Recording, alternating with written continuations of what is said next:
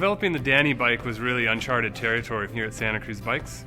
That was the first time we'd ever made a bike specifically for that use. He pushes the bike further than anything we're used to seeing. So coming up with something that worked for him was a challenge because it really differed from the way we currently produce bikes.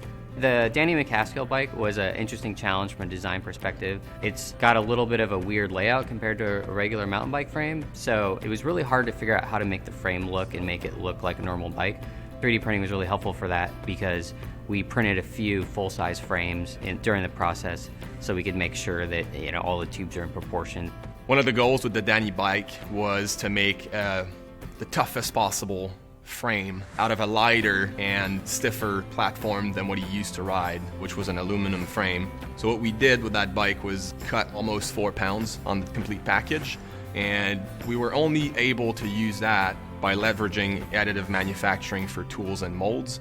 The interesting thing about using the 3D printer in this way was it was really a manufacturing-based solution, not just a concept, proving out a concept. So we are actually making a finished product that's being used. This really allowed us to use new techniques for making a bike, which had never really been done before in the bike industry.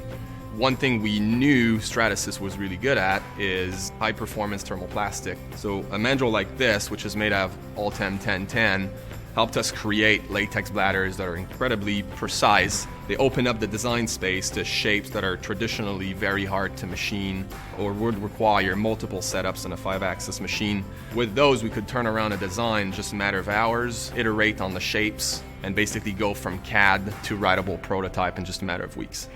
We are actually running the printer on a daily basis. Lots of ID models for our design and engineering department, but we also have our own test lab here. So lots of fixtures and parts for test rigs, fatigue machines, impact machines that we use carbon fiber filled nylon.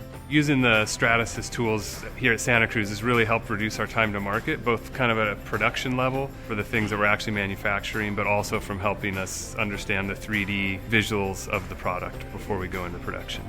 As we move forward, I feel like we'll be able to utilize the vast array of technologies that Stratasys offers and put better products out there for people to enjoy.